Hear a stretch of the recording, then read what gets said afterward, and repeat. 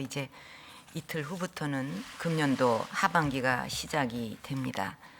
올해 초에 각 부처와 수석실에서 연말까지 역점을 두고 추진할 핵심 과제들을 선정을 했었는데 이제 그 과제들을 꼭 달성을 해야 하겠습니다. 그래서 지금 이제 이 시점에서 그 과제들이 어느 정도 이루어졌고 또 추진 과정에서 어떤 어려움이 있었는지 금년 말까지 성과를 낼 수 있는지에 대해서 냉철하게 점검해서 보완할 부분은 보완해야 할 것입니다. 각 수석실에서는 핵심 과제들을 종합 점검해서 하반기에 보다 집중적으로 추진해 주기를 바랍니다. 지난주부터 24개 국정 핵심 과제들을 직접 점검을 하고 있는데 지난 목요일에는 에너지 신산업 육성과 제조업 혁신 3.0 전략을 살펴봤고 또 이번 주에도 여러 과제들을 집중 점검해 나갈 계획입니다.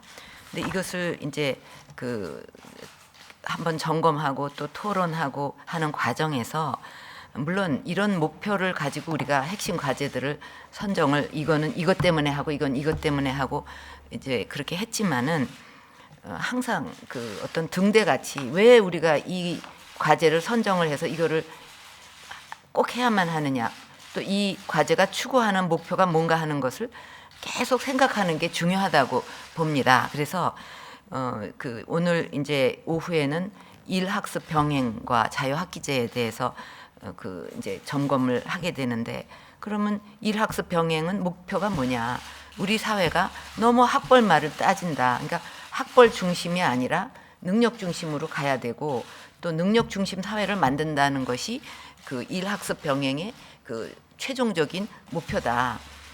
그리고 또 여러 가지 정책들은 그것을 이루기 위한 어떤 이제 방안들이겠죠. 그래서 이 부분에 대해서 우리가 점검 회의를 할 적에 이 일학습 병행 또 자유학기제 이거는 우리가 어떤 것을 목표로 했느냐 하는 거를 한번 분명하게 되짚어 보고, 그다음에 그러면 이것이 성과가 나게 되면 우리 사회가 어떻게 변할 건가, 우리 국민들 인식이나 모든 것이 어떻게 변할 건가 하는 거에 대한 결과를 우리가 한번 짚어보고, 그다음에 그것을 이루기 위한 중점 과제들이 뭐뭐뭐뭐 있다, 핵심적인 거, 그리고 그거를 해가는 데 있어서 가장 갈등이 심하거나 좀 어려운 난제들은 이건데 이거는 이렇게 관리를 하고 있다든가 이제 그런 게 쭉 나와야 되고, 그다음에 그래서 지금까지 몇 개월 동안 성과는 뭐고 연말까지는 어떤 성과를 이루겠다 하는 그거가 분명하게 제시가 되고 오늘 오후에도 얘기가 돼야 된다고 생각합니다. 그리고 이런 모든 개혁이나 핵심 과제들은 국민들의 이해와 또 국민도 그게 분명히 필요하구나, 우리 사회 이런 게 국민이 같이 공감하지 않으면 목표 달성이 어렵기 때문에, 또 이거는 우리 국민들을 위해서 하는 거니까 이런 목적으로 이런 과제들을 지금 하고 있고 이게 이렇게 되고 있다 하는 것을 어떻게 잘 알릴 수 있는가 하는 것도 우리가 정책을 점검하는 것 못지않게 중요한 과제라고 생각합니다. 지난 목요일에 했던 에너지 신산업 육성과 제조업 혁신 3.0 전략 같은 것도 목표가 분명히 있고, 그러면 핵심 전략은 뭐냐? 그럼 기존의 제조업이 주력 산업까지도 경쟁력을 자꾸 잃어갈 수밖에 없는 상황인데 거기에 사물 인터넷이나 빅데이터나 또는 3D 프린팅이나 이런 어떤 첨단 기술을 융합을 해가지고 제조업의 경쟁력을 높이겠다는 거, 또 에너지를 그만큼 사용을 줄이겠다는 거, 이런 분명한 전략이 있지 않습니까? 또 에너지 신산업도 이제 그런 방향으로 가고 있고, 그래서 그런 것을 분명하게 짚으면서 나가는 것이 목적 달성을 하는데 굉장히 중요한 방법이라고 생각을 합니다. 그리고 점검 회의에는 오늘도 그렇지만 각 부처의 이제 실무 국과장도 참석을 해서 현장의 생생한 이야기 또 정책 추진 과정에서 애로사항 이런 것을 듣고 그랬는데, 해당 핵심 과제별로 무엇이 미진하고 또 무엇을 더 보완해야 하는지 파악하는 데 도움이 됐습니다. 그래서 각 부처와 비서실도 현장을 구석구석 점검을 하고 또 가시적인 성과를 낼 수 있도록 전력을 다해 주기를 바랍니다. 지금 정부와 지자체, 민간 전문가와 의료진들이 총력을 기울여서 강도 높은 방역 대책을 추진하고 있습니다. 환자의 감염 경로와 접촉자 범위를 초동 조사하는 역학조사관과 격리병동에서 치료에 매진하는 의료진, 또 환자 발생 의료기관에 급파돼서 신속 조치를 취하고 있는 즉각 대응팀과 또 공무원 등 모두가 이 더운 날씨에 어려운 가운데에서도 메르스 종식을 위해서 사명감을 가지고 일하고 있습니다. 특히 의료진은 단 한 명의 생명이라도 구하기 위해서 최일선에서 무거운 방호복을 입고 온몸이 땀에 젖어가면서 탈진에 쓰러질 정도로 사투를 벌이고 있습니다. 의료진을 비롯한 모든 분들의 사명의식이 메르스를 반드시 이겨낼 것이라고 확신을 하고 일선에서 뛰고 계시는 관계자 여러분께 진심으로 감사를 드립니다. 지금은 메르스 종식이 가장 시급한 일이지만 사태 종식 후에는 감염병 대응 체계를 확실히 혁신하는 것이 중요한 과제입니다. 메르스 대응 과정에서 확인한 우리 방역 시스템을 철저하게 분석을 해서 향후 다른 신종 감염병이 유입이 됐을 때 최적의 대응을 할 수 있도록 준비를 해야 하겠습니다. 앞으로 방역 시스템 개선에 있어서 염두에 둬야 할 것은 우리의 사회, 문화적 상황, 또 보건 의료 현실에 맞는 방안을 찾는 것이 매우 중요하다는 것입니다. 우리나라에서 메르스가 외국과 다른 전파 양상을 보인 것은 우리의 보건 의료 환경과 문화적 차이에 기이한 측면도 있습니다. 이 같은 우리만의 의료 문화 환경을 고려해야 감염의 통로를 제대로 막는 방역 대책이 나올 수 있을 것입니다. 최근에 의견을 나눈 WHO 관계자들과 또 미국, 영국의 방역 전문가들도 이 점을 강조한 바가 있습니다. 앞으로 국제기구 등과 협력해서 새로운 감염병 대응 체계를 설계하고 지자체와 의료기관은 물론 국민들에게 잘 알려서 현장에서 제대로 작동하는 상시적 협조 체계를 구축하기를 바랍니다. 우리 경제가 연초부터 완만한 회복세를 보이고 있었지만 최근 메르스와 또 극심한 가뭄 피해가 겹치면서 충격이 커지고 있습니다. 특히 경제 주체들의 심리가 위축되면서 경제 회복에 상당히 부정적인 영향을 미칠 수가 있습니다. 우리 경제를 정상 성장 궤도로 하루빨리 복귀시키고 또 소비를 비롯해서 일상적 경제 활동이 제자리를 찾을 수 있도록 과감한 소비 진작 대책을 마련해야 하겠습니다. 지난주 정부가 발표한 특단의 경제 활성화 대책과 또 구조개혁 방안을 담은 하반기 경제정책 방향을 최대한 신속하게 추진해 주기를 바랍니다. 이게 타이밍을 놓치게 되면 돈은 돈대로, 재정은 재정대로 들어가면서 효과는 못 내기 때문에 결국 빚더미에 앉는 결과가 될 수밖에 없습니다. 그렇기 때문에 이거는 속도가 굉장히 중요하고 또 그렇게 해야만 우리가 과감한 재정을 투자하면서도 또 소비나 경제도 살릴 수 있고 또 이것이 계기가 돼서 회복세로 들어갈 수 있기 때문에 속도를 늦추지 않도록 특별히 신경을 써야 하겠습니다. 어쨌든 침체에서 회복으로 경기 회복을 바꾸기 위해서는 경제계도 당초 계획했던 투자를 차질 없이 추진해주고 사회 전 영역에서 할 수 있는 모든 일들을 한꺼번에 이렇게 해야 하겠습니다. 금리도 내렸지만 이게 또 과감한 재정 정책이 같이 뒷받침되지 않으면 금리는 금리대로 내리고 아무 소용이 없게 되는 그런 우를 범해서는 안 된다고 봅니다.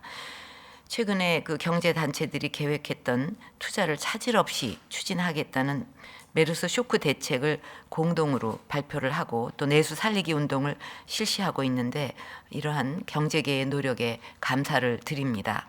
내수 침체 극복을 위해서 향후 3-4개월이 매우 중요한 시기인 만큼 국민, 기업, 근로자 등 모든 경제 주체들이 한마음으로 노력해 주실 것을 당부드립니다. 경제 활성화를 위해서는 규제 개혁의 속도도 더욱 높여가야 하겠습니다. 그동안 3,000건이 넘는 규제를 개선하고 또 적지 않은 성공 사례들도 만들어냈지만 여전히 투자와 일자리 창출을 가로막는 덩어리 규제들이 많습니다. 산지 관광개발 관련 규제처럼 여러 부처 규제들 때문에 풍부한 자원을 보유하고도 개발과 투자가 불가능한 경우도 있고, 신기술, 신산업과 융복합 시대에 맞지 않는 규제로 창업과 일자리 창출이 지연되는 경우도 발생하고 있습니다. 예를 들어서 항우연이 세계 두 번째로 무인기를 개발했는데도 육안으로 확인한 거리까지만 비행을 허용하는 규제 때문에 시험 비행 구역이나 충분한 비행 거리를 확보하지 못하고 있습니다. 또 동물용 의약품은 일반 의약품과 달리 위탁 제조를 할 수가 없어서 자기 설비가 없으면 시장에 진입할 수가 없도록 되어 있습니다. 또 상위 규정이 바뀌어도 행정 일선의 조례나 규칙이 바뀌지 않아서 국민들이 규제 개혁을 체감할 수 없는 그런 사례들도 있습니다. 각 수석들은 파급 효과가 큰 핵심 덩어리 규제들을 적극 발굴해서 속도감 있게 개선하고 지자체 일선 구석구석까지 규제 개혁 효과가 도달할 수 있도록 세심하게 챙기기를 바랍니다. 이제 우리나라의 2000년 10월부터 한 15년간 유지가 되어온 국민기초생활보장 제도가 7월부터 아주 획기적으로 변하게 됐습니다.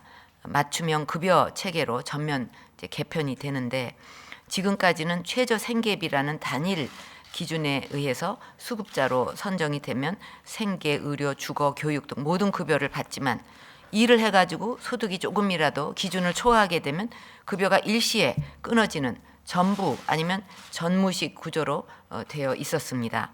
일을 해서 소득을 올리고 빈곤에서 탈출하도록 만들어야 하는데 오히려 저소득층의 경제 활동을 저해했던 구조였던 것입니다.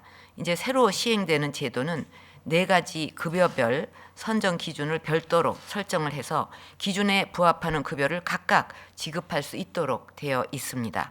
수급자가 일자리를 얻어서 소득이 늘더라도 주거와 교육 등 필요한 지원은 계속 받을 수 있기 때문에 이를 통해서 빈곤에서 벗어날 수 있도록 하자는 정부의 맞춤형 고용복지 철학이 앞으로 구현될 것으로 기대가 됩니다. 이렇게 국민기초생활보장제도의 근간이 완전히 바뀌는 만큼 이제 제도 시행에 차질이 없도록 해야 하겠습니다.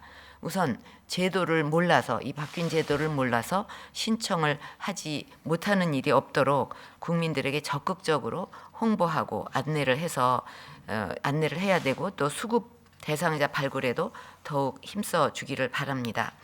지난 1일부터 19일까지가 사전 집중 신청 기간이었는데, 이 신청 대상자가 자신이 되는데도 미처 신청하지 못한 분들이 이 관심을 가지고 좀 지원을 할 수 있도록 하고, 또 지금 신청해도 최대한 빠른 시일 내에 조사를 마쳐서 필요한 지원을 받을 수 있도록 해야 하겠습니다. 특히 이번에 부양 의무자 기준을 대폭 완화했고, 또 교육 급여도 부양 의무자 기준을 없애서 할아버지 할머니가 소득이 있어도 지원을 받도록 했습니다. 이런 내용도 보다 잘 알려질 필요가 있겠습니다. 아울러 기존 수급자들은 본인의 생활 수준에 변동이 없다면 탈락하거나 지원이 줄어들지 않는다는 점을 잘 알리고, 또 실제로 제도 개편 과정에서 부당하게 불이익을 받는 사람이 없도록 마지막까지 잘 살펴야 하겠습니다. 또 급여 종류가 4가지로 세분화되면서 이 소관 부처가 다 나누어지게 됐습니다. 따라서 소관 부처 간 그 협업과 소통에도 각별히 노력을 해야 하겠습니다. 그 전 세계 대학생들의 스포츠 축제인 광주 하계 유니버시아드 대회가 이번 금요일에 개막하게 됩니다. 그래서 지금 세계 각국의 선수단과 기자들이 본격적으로 광주에 모이고 있습니다. 이번 행사는 140여 개국에서 13,000여 명의 선수단이 참가를 하는 역대 최대 규모의 대회이고, 또 메르스 발생 후 열리는 첫 번째 대규모 국제 행사입니다. 우리나라가 메르스에 잘 대응하고 있어서 안전하다는 사실을 세계에 알릴 수 있는 좋은 그 기회가 될 수 있습니다. 그동안 문체부, 조직위, 광주시에서 검역을 강화하고 또 특별 기동 검역반을 구성해서 메르스 대응 체계를 구축한 것으로 알고 있습니다. 검역과 예방, 비상시 대응 등 단계별 대책을 다시 한번 철저하게 점검해 주기를 바랍니다. 또 안전이라든가 교통, 숙박, 자원봉사자 등 대회 운영에 미흡한 부분이 없는지 다시 한번 잘 점검을 하고 또 여름철인 만큼 식품 위생에도 각별히 신경을 써주기를 바랍니다. 이상입니다.